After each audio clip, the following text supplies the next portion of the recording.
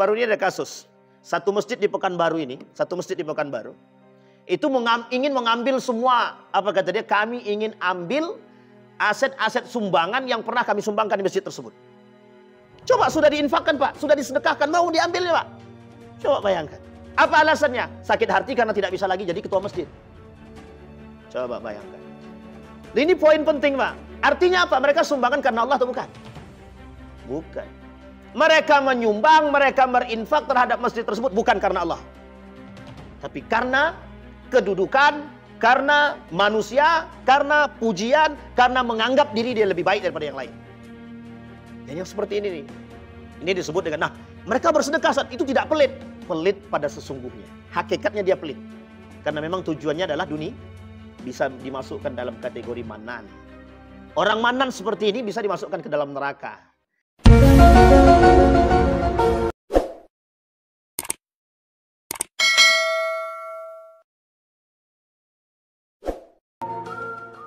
A'udzu billahi minasyaitonir rajim. Bismillahirrahmanirrahim.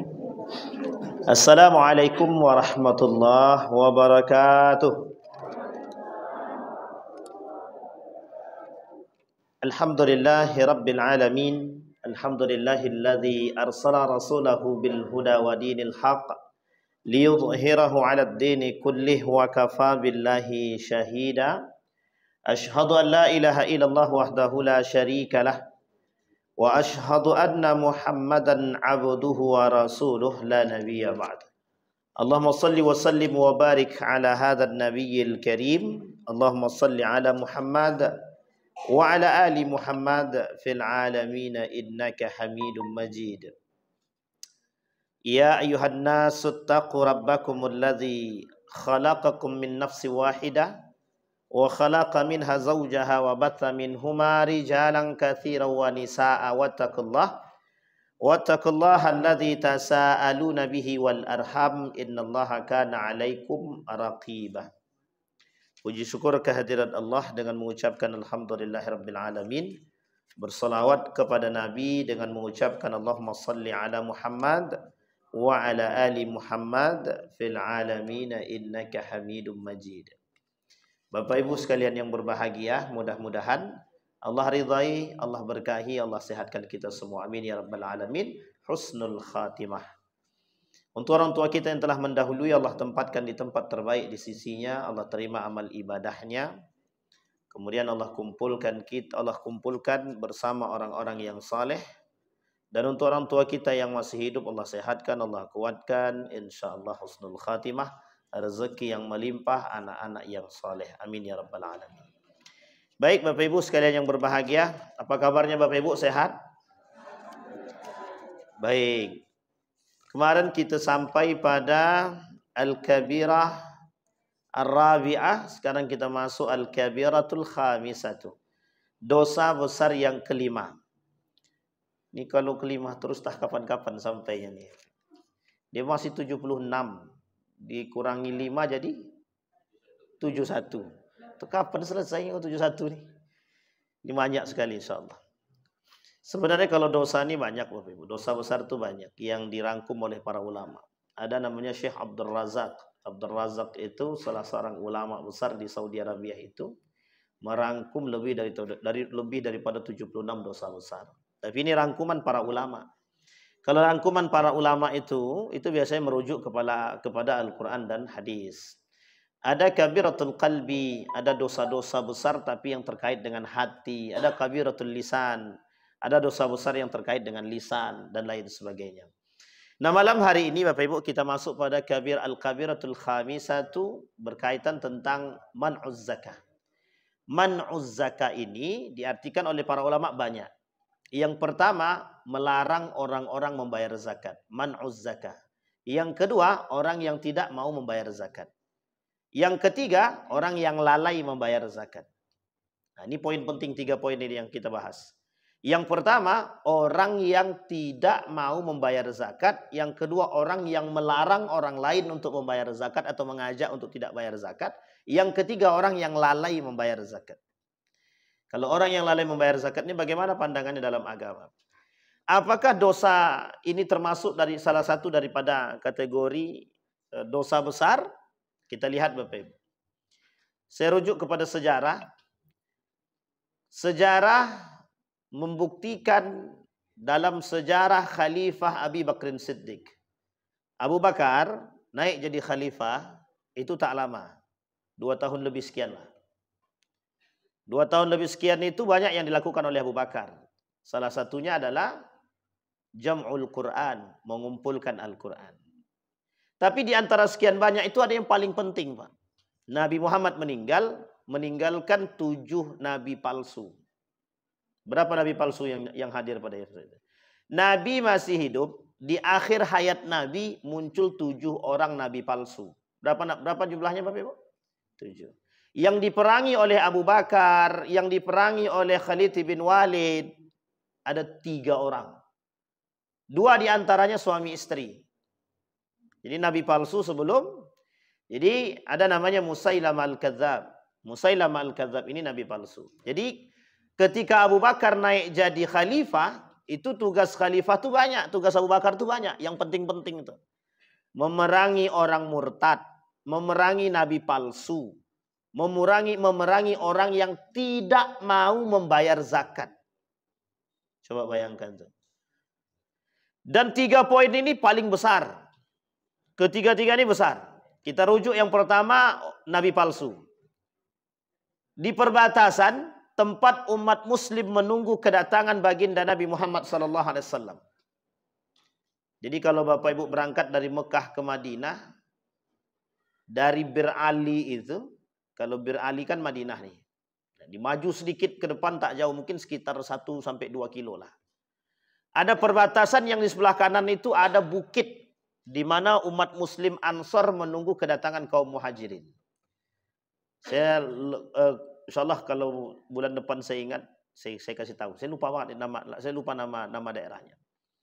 Tapi tak jauh dari situ Bapak Ibu, dari Bir Ali itu, perbatasan itu, kaum Ansor itu menunggu kedatangan baginda Nabi, kaum muhajirin.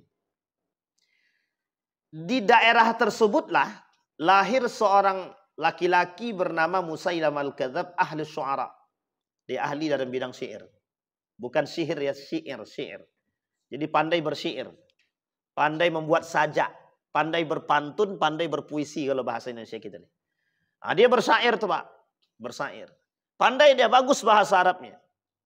Karena bahasa Arabnya bagus, Nabi wafat didengar oleh Musailamah al-Kadzab. Sebelum itu, kondisi Nabi sakit sudah diketahui. 1 tahun sebelum Nabi wafat, Nabi diracun. Nabi Muhammad diracun 1 tahun sebelum wafat. Jadi setelah diracun, Nabi sakit. Maka ada dua pandangan para ulama. Nabi meninggal diracun, Nabi meninggal karena sakit. Sebenarnya tidak bertolak belakang, kedua-duanya jadi satu. Setelah Nabi diracun, Nabi sakit. Setelah Nabi sakit, tak lama kemudian, 1 tahun kemudian, setelah diracun, Nabi meninggal dunia. Itu yang membunuhnya, itu perempuan orang terdekat juga, yang sudah dibayar. Tapi kemudian perempuan tersebut bertobat dan dia kemudian kalau dalam riwayat dikatakan husnul khatimah, artinya masuk ke dalam Islam kafah. Tapi setelah pertobatan gitu. Nah, pada masa itu di akhir hayat Nabi itu sudah muncul tuh Musailamah al-Kadzab. Nah, Musailamah al-Kadzab ini muncul dari perbatasan di mana kaum muslimin menunggu, kaum Ansar menunggu kaum muhajirin datang. Nabi Muhammad datang tuh bersama kaum muhajirin itu dia ditunggu oleh kaum Ansar itu. Nah, di situ lahirnya Musailamah al-Kadzab. Apa kata Musailamah al-Kadzab? Aku bermimpi, aku mendapat wahyu, katanya. Jadi yang bisa mendapat wahyu itu bukan yang lain, tapi Nabi. Maka Musailamah al-Kadzab mengatakan, ikutilah aku, sesungguhnya aku adalah Nabi. Katanya. Nah, sehingga Musailamah al-Kadzab ini mendeklarasi, dikumpulkanlah masyarakat sekitar di perbatasan tersebut, bahwa dia mendeklarasi diri dia sebagai Nabi. Ada tak jauh dari daerah tersebut, ada namanya seorang wanita namanya Saja. Saja ini juga nabi palsu, mengaku juga nabi, perempuan mengaku nabi, di berbeda perbatasan. Menikah dengan Musailamah al-Kadzab, jadi suami istri. Diperangi oleh Abu Bakar, mati suaminya, meninggal suaminya, si Saja kemudian masuk ke dalam, atau bertobat, kemudian husnul khatimah. Dan ikut berperang dan mati dalam keadaan berperang. Di perbatasan tak jauh dari situ, mungkin sekitar 5 kilo dari situ, lahir lagi nabi palsu, namanya Tulaiha. Jadi banyak nabi palsu lahir pada saat itu. Banyak yang mengaku nabi. Uniknya di tengah banyak yang mengaku Nabi, setengah dari kaum yang ada di Mekah murtad. Keluar daripada Islam. Mendengar kabar berita bahwa Nabi meninggal, banyak yang murtad. Di antara kaum Ansar dan kaum Muhajirin yang mendengarkan keberadaan baginda Nabi Muhammad SAW, dan kaum-kaum Yahudi dan Nasrani yang sempat masuk Islam, kemudian kembali murtad. Kembali murtad. Nah, apa yang dilakukan oleh Musailam al-Kadzab di akhir hayatnya baginda Nabi Muhammad SAW? Apa kata dia? Zakat itu tak wajib. Salat itu tak wajib. Sampai sini paham ya Bapak ya? Di antara dua poin ini, dia kata salat tak wajib. Bahwa zakat juga tak wajib. Tapi pengaruh daripada Musailam al-Kadzab ketika itu mempengaruhi masyarakat di sekitar. Ah, cuman sedikit. Enggak. Tidak sedikit. Masyarakat sekitar kemudian menyebarkan kepada yang lain. Pasca wafat baginda Nabi Muhammad SAW, apa kata mereka? Syariat zakat hilang. Jadi diperangi Pak sama Abu Bakar. Ketika mereka mengatakan syariat zakat hilang, Abu Bakar bilang kepada Umar bin Khattab, kita perangi. Kenapa kita perangi? Kalau mereka tidak mau bayar zakat, kelak orang tidak akan banyak yang mau bayar zakat. Kenapa? Karena mereka anggap bahwa syariat zakat sudah hilang. Nah, ini alasannya Pak. Alasan kenapa Abu Bakar memerangi orang yang tidak mau bayar zakat itu karena takut nanti syariat zakat ini hilang. Sedangkan yang ada syariatnya banyak yang tak bayar zakat, apalagi yang tak ada syariatnya. Berapa jumlah zakat yang harus kita bayar? Paling sekitar kalau pendapatannya 8,5 juta sekian ke atas, ya kita paling mengeluarkan paling tak sampai 1 juta Pak. Setahun sekali. Itu kalau pendapatannya 8,5 juta. Kalau di bawah itu tidak ada yang wajib bayar zakat Pak. Gaji kami 5 juta Pak Ustaz. Apa yang mau Pak Ibu bayar? Tidak ada Pak. Maka kata Yusuf Al-Qaradawi, kalau dihitung zakat itu harta bersih, gitu deh. Tidak akan ada yang bisa bayar zakat. Orang kaya mobil 5, rumah 2, hutangnya di bank berapa banyak? Numpuk. Setelah pendapatan per bulan 100 juta. Setelah dikurangin hutang dan lain sebagainya, sisa 6 juta. 6 juta dikumpulkan setahun. Belum bayar zakat deh Pak. Belum wajib dia bayar zakat. Tapi rumahnya 5 Ustaz. Nah, itu masalah itu di situ. Maka kata Yusuf Al-Qaradawi, tidak akan bisa tuh orang kayak gitu bayar zakat. Maka kata Yusuf Al-Qaradawi, termasuk Rashid Ridha itu mengatakan, bukan begitu cara memahami zakat itu. Diambil segar. Kotornya berapa? Kotornya 8,5 juta. 8,5 juta dikali setahun. Nah 8,5 juta itu dikali setahun itu sudah sampai Pak. Sudah sampai 85 gram itu sudah sampai. Kalau kajian emasnya sudah sampai. Tapi emas naik terus Pak Ustaz. Ikuti aja. Diikutin aja. Tidak ada masalah. Kurang sedikit pun tak ada masalah. Kurang sedikit sedekah. Lebih baik. Sampai di sini bisa dipahami Pak ya. Maka kata Amin Rais, orang kaya itu tidak berhak kalau zakatnya cuma 2,5 katanya. Harusnya 3 ke atas. Gitu. Makanya Ustaz Abdul Somad itu ngambilnya 3. 3 itu Imam Syafi'i. Lebih cari aman deh. Imam Syafi'i itu standarnya 2,7 sampai 3. Berarti yang 2,5 siapa? Imam Abu Hanifah. Yang paling sederhana. Nah, jadi ini 2,5. Ini persoalan 2,5. Jadi Bapak Ibu sekalian yang berbahagia, kembali kepada poin tadi. Jadi orang tak mau bayar zakat. Apa kata Abu Bakar? Kalau tak mau mereka bayar zakat, kita perangi. Kenapa demikian? Kata Umar bin Khattab, kenapa harus diperangi? Karena kelak kalau tidak diperangi, tidak ada yang mau bayar zakat. Nah, sekarang Bapak Ibu boleh lihat orang kaya malas bayar zakat. Pada berusaha membayar. Kami sudah bayar pajak, ngapain kami bayar zakat lagi? Anda tidak bayar pajak, Anda hukumnya cuma di dunia. Anda nggak bayar zakat, hukumnya di akhirat. Bahkan dunia akhirat. Sayutawwaquna ma bakhilu, kategori orang tak mau bayar zakat itu bakhil. Bakhil itu kalau dalam hadis ada hadis tapi lemah sekali hadis ini. Posisinya lemah. Itu harta yang dia miliki itu berubah menjadi ular kemudian dililitkan kepada lehernya itu Pak. Ya orang yang tak mau bayar zakat. Nah kembali kepada poin tadi. Kita coba runutkan. 1.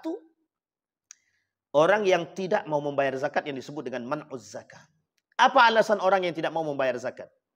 Karena dia sama dengan Qarun. Innama utituhu ala ilmin indi. Ngapain aku bayar zakat?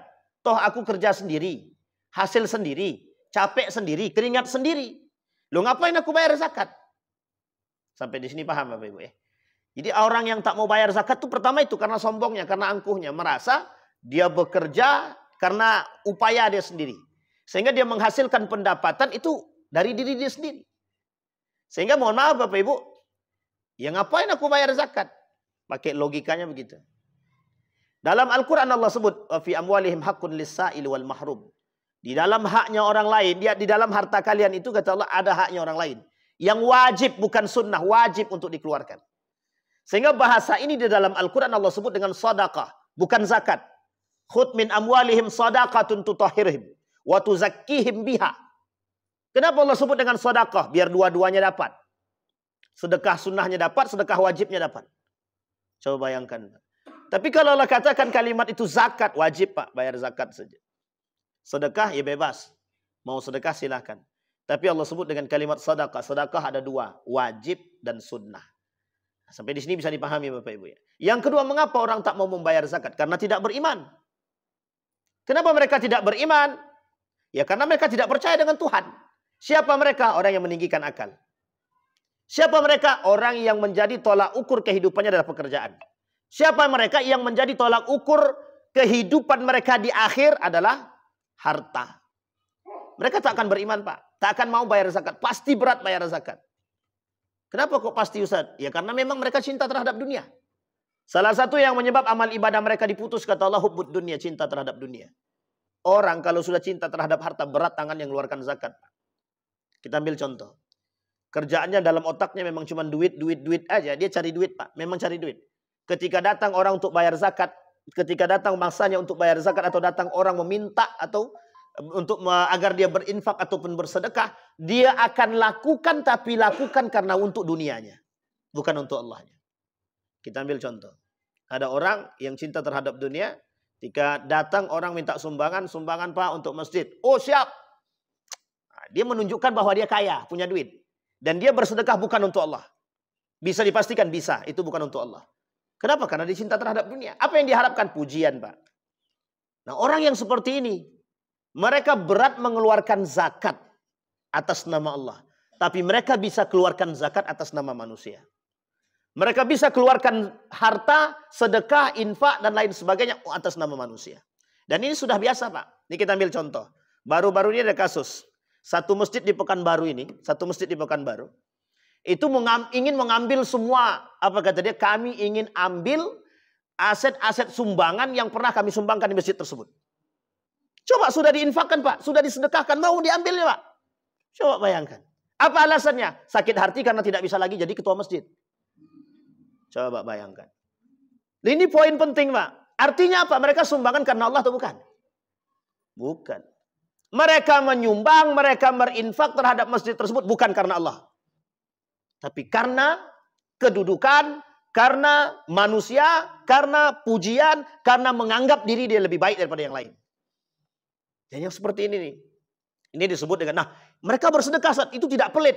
Pelit pada sesungguhnya. Hakikatnya dia pelit. Karena memang tujuannya adalah dunia. Bisa dimasukkan dalam kategori manan. Orang manan seperti ini bisa dimasukkan ke dalam neraka. Allah tak ajak dia berbicara. Allah tak mau melihat mereka. Allah tak mau mensucikan dia. Bagi dia azab yang sangat pedih. Allah laknat mereka. Dan ini penting Pak. Bagi mereka azab yang sangat pedih. Tiga. Dia ada 9 golongan yang Allah tidak ajak berbicara. Tak mau Allah lihat. Tak mau Allah sucikan mereka. 9 golongan dalam hadis Nabi. Satu di antaranya orang yang suka mengungkit-ungkit pemberian dan orang yang mengambil kembali pemberian tersebut. Coba bayangkan. Bahasa lainnya menjilat lidah sendiri. Sampai di sini bisa dipahami ya Pak Ibu. Dan itu ada Pak kasus Pak sekarang nih. Lagi rame-ramenya nih Pak. Ada masjid di Pekanbaru. Lah kok bisa mantan pengurus lama ingin mengambil kembali sumbangan orang untuk masjid tersebut. Atas nama apa? Kita kembalikan kepada poin kita Pak. Nah orang-orang yang membayar zakat atas dunia sama seperti hal demikian. Nah Bapak Ibu sekalian yang berbahagia, itu yang pertama. Yang kedua, ada orang ngajak orang lain gak usah bayar zakat. Ada orang mengajak orang lain gak usah bayar zakat. Bahkan pakai alibi. Bagaimana kalau kita buat orang yang sudah bayar pajak gak usah bayar zakat? Sepakat Bapak Ibu? Yang sudah bayar pajak gak usah bayar zakat. Ini kalau ada yang begini, idenya itu perlu dicuci otaknya itu. Yang benar yang mana? Bayar zakat tidak perlu bayar pajak. Sepakat enggak? Oh pasti sepakat kalau yang itu. Karena kalau mau sepakat yang pertama mereka nggak sanggup Pak. Karena melawan Tuhan kan, menantang Tuhan gitu. Tapi itu yang dilakukan Pak. Di Malaysia kan begitu sekarang. Orang yang sudah bayar zakat nggak perlu bayar pajak. Nah sekarang kita perlu di Indonesia seperti itu. Regulasinya Pak. Ada namanya Masdar S. Mas'udi namanya. Pada masanya mengemukakan ide tersebut. Apa kata dia? Orang yang sudah bayar zakat, atau maksudnya gini, zakat pengganti pajak. Bayangkan Pak, orang lebih takut tidak bayar pajak ketimbang tidak bayar zakat. Karena zakat tidak ada regulasi secara undang-undang. Maunya ada undang-undangnya Pak. Undang-undang pengaturan zakat ada, tapi undang-undang hakim atau penghukuman atau zakat tidak ada. Orang yang siapapun di antara kalian yang tidak bayar zakat, rumahnya kami sita. Tidak ada yang tidak bayar zakat, Pak, pasti bayar zakat. Kan begitu. Coba kalau pajak itu, hukum pajak itu, sama dengan yang tidak bayar zakat. Kan enak tuh Pak. Disita mobilnya karena nggak bayar pajak. Gitu. Ah, disita rumahnya karena nggak bayar zakat. Lebih parah mana sebenarnya? Orang yang tak mau bayar zakat besok di neraka dibakar tuh Pak, sama dengan barang-barang yang dia miliki, harta-harta yang dia miliki itu. Apa yang kalian banggakan? Apa yang kalian pelitkan kata Allah? Itu yang bakal membenamkan kalian. Yang terjadi dengan Korun kan itu. Datang satu orang minta zakat, kata dia ndak usah. Innama utitu ala ilmin indi, ini hakku, aku cari sendiri. Datang yang kedua ditolaknya. Yang ketiga datang Nabi Musa sendiri langsung. Nabi Musa datang pun ditolaknya. Apa kata Nabi Musa? Berdoa aja lagi Nabi Musa. Ah, dibenamkan sekaligus. Sama Fir'aun, sama korun-korunnya dibenamkan sekaligus. Makanya orang sekarang cari harta karun, harta karun. Digali tanah, dapat harta karun. Nah, itu katanya harta peninggalan Korun namanya. Tapi itu mitos ya. Tidak beneran itu. Itu kalau lebih tepatnya kalau mau cari ya di tempat-tempat tertentu aja. Di Papua, di Banyuwangi, di Pulau Merah. Nah, itu ya boleh gali gunung, dapat emas. Nah, itu Sungai Efrat yang sekarang lagi viral ya. Sungai Efrat kering, keluar emas. Hati-hati editing ya. Hati-hati video-video yang diedit itu banyak juga. Kembali kepada poin Bapak Ibu. Nah sekarang pertanyaannya, mengapa mereka mengajak orang lain untuk tidak membayar zakat? Karena bagi mereka kaum-kaum liberal itu, ngapain kita bayar zakat? Ngapain kita bayar zakat? Tidak ada esensi. Sekarang mereka cari esensi logika zakat. Esensi logika zakat bagi mereka cuma satu, yang penting kita akan sedekah. Mau kemanapun kita sedekah terserah. Selesai Pak. Jadi nggak perlu kita bayar zakat. Kapanpun kita mau sedekah ya silahkan. Nah, ini poin penting yang harus kita dan ini yang harus kita lawan Pak. Yang harus kita lawan. Orang-orang seperti ini sudah banyak di tengah kita. Jadi mohon maaf Pak. Bapak Ibu boleh cek. Banyak nggak yang nggak mau bayar zakat? Banyak Pak. Banyak banget. Sedangkan bayar zakat fitrah aja empot-empotan kata mereka. Masa mau suruh bayar zakat mal pula kata dia. Coba bayangkan. Zakat fitrah kita bayar di Ramadan. Menjelang Idul Fitri. Zakat mal kita keluarkan kapanpun. Yang jelas harta tersebut sampai 1 tahun. Pendapatan yang kita miliki sampai 1 tahun baru harus kita keluarkan. Kalau tidak sampai 1 tahun ya kalau kita mau keluarkan jatuhnya sedekah. Kalau kita tidak keluarkan ya nggak ada masalah. Sampai di sini paham Bapak Ibu ya? Nah, sekarang poin yang ketiga. Ada orang yang sengaja mensiasati untuk tidak bayar zakat. Misal pendapatan dia 10 juta. Sudah layak zakat atau belum? Ada caranya biar nggak bayar zakat Pak. Beli barang. Dengan cara ngutang. Dia nggak akan bayar zakat itu. Misal pendapatan per bulannya 10 juta. Dikali 1 tahun berarti sekitar 120 juta. 120 juta sudah di atas daripada 8,85 juta. Berarti sudah layak bayar zakat kan? Sekarang bagaimana caranya mensiasati agar dia tidak bayar zakat? Dibelikan mobil Agya, angsuran per bulan 2,5 juta atau 3 juta. Bisa Pak. Anggaplah angsuran bulanannya 3 juta. Pendapatan per bulan 10 juta. Dikurang 3 juta tinggal nggak jadi bayar zakat dia Pak. Paham sampai di sini Pak? Sampai di sini bisa dipahami? Ini namanya mensiasati agar tidak mau bayar zakat. Yang seperti ini yang paling banyak Pak. Yang seperti yang terakhir ini. Makanya mohon maaf. Kenapa orang kaya banyak yang nggak bayar zakat? Orang kaya banyak nggak bayar zakat. Ya karena begitu saya Pak. Itu orang kaya yang tak beriman. Kalau orang kaya yang beriman dia akan berzakat lebih banyak. Sampai di sini bisa dipahami Bapak Ibu ya. Sekarang kita lihat. Tadi alasan Abu Bakar memerangi orang yang tidak mau bayar zakat karena takut hilang syariat. Hilang syariat zakat. Sekarang kita lihat dampak yang lain. Apa ancaman Allah bagi mereka yang tidak mau membayar zakat? Kata Allah, wala yahsabanna alladziina yabkhaluna bima atahumullahu min fadli huwa khairul lahum bal huwa syarrul lahum. Sayutawwaquna ma bakhilu yaumal qiyamah. Sayutawwaquna ma bakhilu bihi yaumal qiyamah. Apa kata Allah dalam Al-Qur'an? Apakah mereka kira mereka yang memiliki harta itu kelak tidak dihisap itu hartanya? Orang-orang yang tidak mau membayar zakat, kata Allah, diilustrasikan dalam ayat tersebut sebagai bakhil, bukhala. Bakhil ini, Pak, itu sebenarnya banyak maknanya, Pak. Bakhil ini bisa diartikan tamak, bisa diartikan serakah. Jadi orang-orang yang pelit ini, pelit terhadap hartanya, itu banyak definisinya, Pak. Definisinya serakah iya, tamak juga iya. Jadi kalau ada orang datang ke rumahnya, Pak, tolong Pak, sedekah Pak. Tidak mau dia kasih. Itu kira-kira serakah, pelit, atau tamak. Pelit, pekedit, apa namanya? Kedekut. Itu pelit tuh Pak, pelit. Sekarang pertanyaannya, mengapa orang-orang yang tidak mau membayar zakat ini dikategorikan oleh Allah di dalam Al-Quran sebagai orang yang pelit? Ya bakhalun, kata Allah. Bakhil mereka itu, kata Allah. Kenapa disebutkan begitu? Ini bukan persoalan pelit pada pengeluaran harta, bukan. Mereka ada mutta'ah billah. Mereka tidak taat kepada Allah. Wa ada mutta'ah li Rasulillah. Mereka tak taat kepada Rasulullah. Kata Syekh Ramadan Al-Buti, orang seperti ini bukan persoalan mereka taat, bukan pelit persoalan harta. Mereka sedang tidak patuh kepada Allah, mereka sedang tidak patuh kepada Rasulullah. Kategori yang lain, berkhianat sama Allah. Harta itu titipan, Pak. Kapan Allah mau ambil bisa. Buktinya, kalau Allah mau ambil seketika, Allah bakar rumah kita, Pak. Cuman, mohon maaf. Terbakar, kompor atau meletus, dia satu rumah hangus. Apa yang tak ada dalam rumah itu habis semua. Bisa. Bisa sangat, Pak. Kapan Allah mau bisa. Tapi Allah tak lakukan itu, Pak. Kenapa Allah tak lakukan? Agar orang-orang itu mau berpikir. Taat. Kalau persoalan masalah memberikan harta saja, Pak. Itu yang kemudian menjadi persoalan besar. Bukan itu, Pak. Bagi Allah itu mudah, Pak. Untuk diambil sama Allah harta dia selesai. Tapi bukan itu yang diinginkan oleh Allah. Mengapa mereka tak taat kepadaku, kata Allah. Mengapa mereka tak taat kepada Rasulullah. Dan itu menjadi satu syariat. Nah, orang yang tak mau bayar zakat bukan karena hanya pelit terhadap harta. Dia sedang menentang Tuhan. Makanya disebutkan kategorinya dosa besar.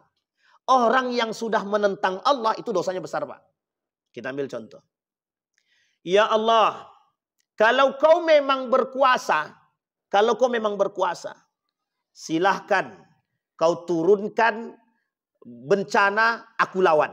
Kira-kira menentang Allah apa tidak? Baik. Ada dulu artis bilang begini. Kalau kau memang kuasa, ya Allah, perhatikan aku sedang berzinah, kata dia. Ya, ada artis dulu begitu. Hei Tuhan, kalau kau memang Tuhan, perhatikan aku sedang berzinah, kata dia. Sampai dia bilang, itu menentang Tuhan, Pak. Bedanya dengan yang tadi apa? Orang yang tidak menjalankan perintah Allah kira-kira menentang atau tidak? Bahkan kalau ada orang yang melarang orang lain untuk berzakat, berarti dia dalam keadaan yang sama. Sampai di sini bisa dipahami? Mukhalafa an ta'atillah. Mereka sedang tidak taat kepada Allah dan tidak taat kepada Rasulullah. Nah, ini yang menjadi masalah, Pak. Wa wailul lil musyrikin alladzina la ya'tunaz zakah. Celakalah orang-orang musyrik yang tidak membayar zakat. Orang yang tak membayar zakat dikategorikan musyrik. Bukan murtad, tapi dikategorikan musyrik. Sekarang kita lihat, Pak, ayat dalam Al-Quran. Dalam Al-Quran ada 3 golongan yang Allah sebutkan. Yahudi, Nasrani. Bisa dipahami, Pak, ya? Yahudi, Nasrani, Majusi. Allah kategorikan Yahudi dan Nasrani dalam kalimat kafir. Tapi Majusi tak Allah sebutkan kalimat kafir terhadap kelompok Majusi. Tapi Allah sanding dengan kalimat musyrikun. Sampai di sini bisa dipahami, Bapak Ibu, ya? Pertanyaannya, kalau ada orang Muslim yang tak mau bayar zakat, yang tidak percaya kepada rukun iman, yang tidak percaya kepada rukun Islam, berarti dia masuk kategori yang mana? Musyrik, kafir, atau mana? Dua-duanya bisa masuk, Pak. Dua-duanya. Lebih berbahaya mana? Kategori manusia munafik. Kategori manusia munafik. Orang yang tidak mau membayar zakat karena menentang perintah Allah atau niddan lillahi, mereka masuk dalam kategori munafik. Jadi orang yang nggak boleh bayar zakat itu bukan hanya musyrik, bukan hanya kufur, tapi munafik juga. Maka kira-kira nerakanya mana tuh? Nerakanya? Neraka jahanam. Langsung aja sebut jahanam.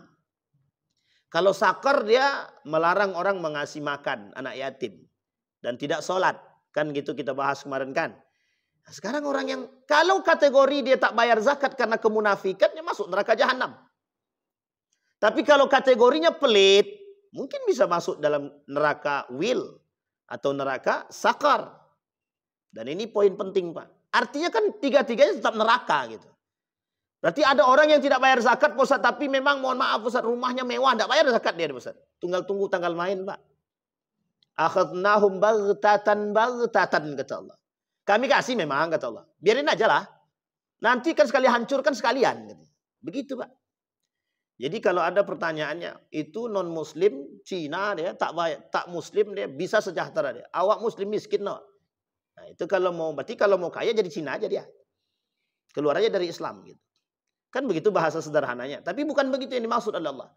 Kata Allah, akhadnahum baghtatan. Kami ambil sedikit demi sedikit nanti. Kalau tidak, kata Allah, kami ambil sekalian. Kita ambil contohnya, yaitu Qarun. Diambilnya sekalian. Tapi Bapak Ibu, perhatikan baik-baik. Ada dua hal yang Allah cabut keberkahannya sedikit demi sedikit dari rumah mereka. Dari dua perbuatan. Satu pelaku riba, yang kedua pelaku yang tidak membayar zakat atau sedekah. Dua pelaku ini, itu akan Allah ambil keberkahan daripada rumah dia. Apa keberkahan yang dimaksud? Dalam rumah tangga dia, bisa jadi suami istrinya berkelahi. Mobilnya hancur, anaknya jadi mohon maaf narkoba lah anaknya, pejudi lah anaknya. Itu kategori ini Pak. Kalau ada anak-anak yang seperti ini, perhatikan baik-baik dalam rumah itu. Ada dua kemungkinan itu. Bisa jadi dia bermain dengan urusan riba, bisa jadi dia bermain dengan urusan atau pelit dalam urusan zakat. Kenapa demikian? Kategorinya Pak. Makanya kalau orang zaman dulu, ketika ada mobilnya tabrakan, coba kau ingat-ingat, bisa jadi kau kurang sedekah. Kan begitu kata orang tua zaman dulu. Bisa jadi Pak. Karena memang keberkahan orang yang tidak mau mengeluarkan hartanya yang harusnya diberikan kepada pemiliknya, maka akan Allah ambil sedikit demi sedikit. Nah, ini poin penting Pak. Jadi rumah tangga itu, jangan dikira masalah zakat itu sepele, bukan.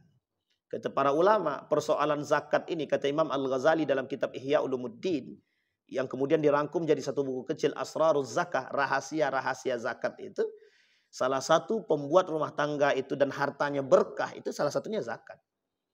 Jadi orang yang rajin bayar zakat, dan termotivasi untuk bayar zakat, misal Bapak Ibu mohon maaf, kira-kira setahun itu habislah 2 juta dan itu berat misalkan.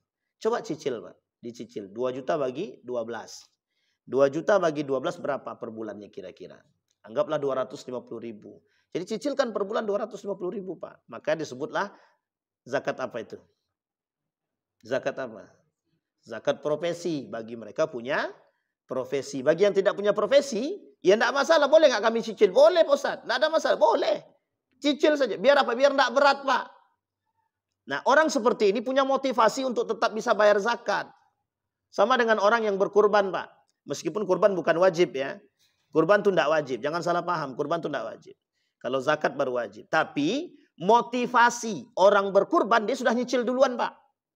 Ada satu kota di Semarang itu. Satu daerah di Semarang itu. Satu kampung Pak. Satu kampung berkurban. Jadi kira-kira dagingnya dikasih kemana? Dikasih keluar. Nah tapi mereka sudah lakukan sebelum itu. Ada motivasi. Sama Pak. Harusnya zakat itu juga begitu. Ditabung dari sekarang. Maka kenapa ada zakat profesi? Salah satu alasannya biar tidak berat mengeluarkannya gitu. Tapi alasan lainnya ada alasan lain, biar mudah mengumpulkan zakatnya gitu. Kalau sekali tangkap semua kan selesai Pak. Mau 2 juta gajinya sebulan, mau 5 juta, 5 juta ke atas ya, 5 juta dipotong, meskipun belum wajib zakat, tapi tetap sedekah kan. Namanya sedekah secara pemaksaan. Gitu. Makanya Imam Syafi'i tidak sepakat dengan zakat profesi. Tidak sepakat, Imam Mazhab Syafi'i tidak sepakat dia dengan zakat profesi. Berarti yang dipakai pemerintah kita apa? Itu mazhabnya Imam Abu Hanifah atau Hanafiyah. Atau lebih tepatnya juga dengan mazhab Maliki. Boleh, tak ada masalah. Tapi kalau tak sampai bagaimana? Ya tidak ada masalah sedekah. Yang menjadi masalah adalah kalau sampai hartanya tapi dia tak berzakat, jadinya dosa. Kalau kita berzakat sebelum sampai masanya, kita masuk sedekah. Tapi kalau sudah sampai masanya kita tidak berzakat, maka datunya dosa. Dan itu menjadi masalah bagi kita. Baik. Kemudian Allah sebutkan di dalam Al-Quran. Fatukwa biha jibahuhum wa junubuhum wa dhuhuruhum hadha ma kanaztum li anfusikum fadhuku ma kuntum taknizun. Kata Allah nanti barang-barang yang mereka miliki, harta-harta yang mereka miliki, yang tidak mereka keluarkan zakatnya itu, akan Allah jadikan alat, akan Allah jadikan bahan setrika. Jadi kalau kita lihat dulu setrika zaman dulu, kan bisa dibuka di atasnya Pak, dimasukkan arang di situ. Model begitu besok. Dia orang-orang yang tidak mau bayar zakat nih. Misal, dia punya emas, tidak dikeluarkan zakat emasnya. Bakar emas tadi, masukkan, jadikan bahan untuk menyetrika badan dia sendiri. Yauma yuhma alaiha fi nari jahannam. Nanti mereka dimasukkan ke dalam neraka jahanam, mereka akan disetrika Pak. Disetrika. Dengan apa? Dengan apa yang mereka miliki tadi. Dipanaskan barang mereka, kemudian misalkan mobil, dibakar mobil tuh, bekas bakaran mobil tuh diteteskan kepada badan dia. Diteteskan kepada badan dia. Diteteskan di kepalanya, diteteskan ke matanya, diteteskan ke tangannya. Begitu terus Pak. Orang-orang yang tidak mau bayar zakat. Sudah dibayangkan Pak? Sudah dibayangkan belum? Kira-kira nih masjid nih kalau bangun buka kotak, buka lembaga zakat bagus ini Ustaz Fajri. Jadi bayar zakatnya ke sini aja gitu. Baik zakat mal, tapi minta dulu rekomendasi sama Basnas. Nanti ngamuk pula Basnas katanya. Itu kok bisa masjid itu buka lembaga zakat tapi nggak dapat rekomendasi kami gitu. Nah, ini masalah ikhtilaf belakangan Bapak Ibu. Sampai di sini bisa paham Bapak Ibu ya. Jadi cara Allah mengancam orang-orang yang tak mau bayar zakat. Jadi sebenarnya persoalan tidak mau bayar zakat itu sederhana. Karena menentang Tuhan itu. Karena sangat dianggap Pak. Kita ambil contoh. Pada masa Umar bin Abdul Aziz. Kenapa zakat itu bisa mengentaskan kemiskinan? Ini percontohan yang dibuat oleh Umar bin Abdul Aziz. Cuma 2 tahun masa kepemimpinan, kemiskinan nggak ada. Ternyata zakat itu mampu mengataskan kemiskinan. Tidak hanya zakat Pak yang dilakukan. Ada wakafnya, ada sedekahnya. Coba bayangkan. Ini kita ambil contoh sederhana saja Pak. Bapak Ibu bayar zakat setiap bulan. Anggaplah 40 orang, 200 ribu kali 40 berapa? Enggak usah 200 ribu, anggap aja 100 ribu. 100 ribu kali 40 semuanya 4 juta. Sekarang pertanyaannya berapa jumlah orang miskin di kampung kita? Anggaplah 10 orang. 4 juta, bisa enggak setiap bulan kita keluarkan 10 kilo? 10 kilo beras. Untuk siapa? Orang miskin tadi. Bisa apa tidak? Boleh enggak diambil? Boleh Pak, siapa yang larang? Tak ada Pak. Artinya, dari 4 juta tadi, bisa kita sisihkan untuk anak yatim. Bisa Pak. Bisa kita gunakan untuk membayar orang-orang, memberi makan orang-orang yang tidak mampu. Bisa Pak. Tanpa mereka harus mengemis. Coba bayangkan. Dan itu kita sudah praktekkan Pak. Kami sudah praktekkan Pak. Ternyata mampu Pak. Bisa kok. Ini poin penting. Artinya kalau bersama membangun hal demikian, kesadarannya terjadi. Jadi, kenapa Umar bin Abdul Aziz bisa mengentaskan kemiskinan dari zakat? Karena cara berfikirnya Umar bin Abdul Aziz, kalau semua orang ini paham akan kewajiban zakat, kemiskinan mana yang ada? Tidak ada Pak. 4 juta per bulan. Per bulan. Bukan per tahun Pak, per bulan kalau kita cicil. Kan begitu. Sebaiknya memang dicicil, baik Pak. Bahkan kita bisa mengatasi hal-hal tersebut. 4 juta. Kalau cuma 10 orang, kita bisa cicil 100 ribu per orang atau 180 ribu per orang. Itu tinggal kali Pak. 180 ribu kali 10. Anggap 200 kali 10 berapa? 2 juta baru Pak.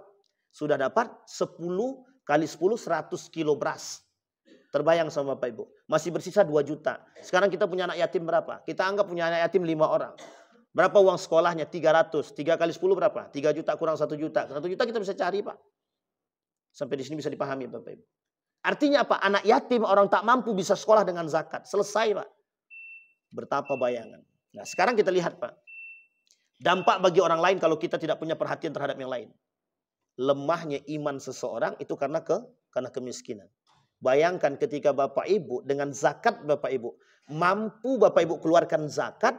Dan banyak orang lain yang kecipratan dengan zakat Bapak Ibu. Yang tadinya harus merubah akidahnya demi makanan. Tidak jadi, Pak. Kita ambil contoh. Tahun 2006 Yogyakarta. Jadi di Yogyakarta itu ada 2 kali. 2006-2010. Yang pertama gempa, yang kedua gunung meletus. Betapa akidah mereka bisa mereka goyangkan hanya sekardus mie. Sekardus mie, Pak. Coba bayangkan. Andai kata umat muslim ketika itu duluan datang. Kira-kira ini kita tidak berbicara yang seandainya ini memang tidak boleh ya. Tapi kalau kita mau mengambil ibrahnya gitu. Coba bayangkan, Pak. Mereka berani menggadai iman mereka, akidah mereka. Ya karena nggak makan, Pak. Jadi persoalan ekonomi ini sensitif. Makanya kenapa Allah katakan persoalan ekonomi ini Pak sensitif, Pak, sangat sensitif. Buktinya orang kalau tidak punya makan, orang tidak punya duit, mampu mereka gadai akidah mereka, Pak, mereka rubah, Pak. Sekarang pertanyaannya orang miskin di samping rumah kita tak punya perhatian. Nanti kalau mereka murtad, kita murka. Sampai sini paham, Pak? Ada orang miskin di samping rumah kita. Tidak makan dia, Pak. Kita tak bantu. Datang orang non-muslim bantu merubah dia akidah dia. Keluar dia dari agama Islam. Kita caci maki, Pak. Salah siapa sebenarnya? Salah siapa? Dua-duanya, Pak. Kita salah, mereka juga salah. Tapi poinnya di situ, Pak. Maka disebutkan posisi zakat itu oleh para ulama dikatakan mengganti, Pak, mengganti dan mampu mengokohkan iman. Nah, sampai di sini bisa dipahami Bapak Ibu ya. Jadi sebenarnya berkesinambungan. Kita tak bayar zakat, kita telah memiskinkan yang miskin. Kalau kita tak bayar zakat, kita telah memiskinkan orang miskin. Karena sesungguhnya zakat itu untuk siapa? Zakat itu untuk siapa? Lil fuqara wal masakin. Itu yang paling penting. Yang lain itu belakangan. Lil fuqara wal masakin. Meskipun Allah sebutkan 8 di depannya, 8 asnaf, tapi 2 terpenting di depannya. Lil fuqara wal masakin. Orang fakir, orang miskin. Sampai di sini paham Bapak Ibu? Kasarnya, Bapak Ibu tidak bayar zakat, Bapak Ibu sedang memiskinkan orang miskin. Kasarnya, Bapak Ibu tidak bayar zakat, berarti Bapak Ibu telah mengambil hak orang lain. Bapak Ibu tidak bayar zakat, Bapak Ibu telah merampas hak orang lain. Kok kasar kali Ustaz? Memang begitu, memang. Apa lebih kasar? Perampok. Orang yang tidak bayar zakat itu perampok, perampas. Apa bedanya dengan koruptor? Sama. Sampai di sini bisa dipahami Bapak Ibu? Jadi masih mau nggak bayar zakat? Kami bayar, Ustaz, tenang aja. Oh ya, alhamdulillah lah gitu. Bisa dipahami Bapak Ibu ya. Jadi, nah, sebelum kita tutup Bapak Ibu, maka kata Nabi dalam hadisnya itu ada 3 yang bisa membuat orang itu kufur. 1 salat, yang kedua puasa, yang ketiga zakat. Faman tarakaha wahidan minhum, kata Nabi, kalau tinggal minhunna, salah satu di antara ketiganya ditinggalkan, salah satu di antara 3 ini ditinggalkan, mereka faqad kafara, mereka kafir. Meskipun hadis ini dhaif, lemah. Sampai di sini bisa dipahami Bapak Ibu ya. Artinya orang yang tidak percaya dengan rukun Islam, orang yang tidak percaya dengan rukun iman, masuk dalam kategori hal demikian. Mudah-mudahan kita terjaga dari hal-hal tersebut. Apa yang bisa kita miliki sebaiknya jangan pernah takut dengan apa yang kita miliki. Orang-orang yang berzakat tidak akan miskin, tidak akan miskin. Tapi kami miskin Ustaz, tapi kami berzakat Ustaz, tapi kami miskin. Berarti ada yang salah daripada konsep hidup yang dia miliki. Itu yang harus kita pahami. Mudah-mudahan bermanfaat. Mudah-mudahan bisa kita ambil ibrah, pelajaran. Insya Allah bisa menjadikan rumah tangga yang sakinah, mawaddah warahmah, dan harta kita halal semua. Dan insya Allah harta kita dengan bayar zakat semakin berkah dan semakin Allah tambah. Fa'tabiru ya ulil absar la'allakum tuflihun. Assalamualaikum warahmatullahi wabarakatuh.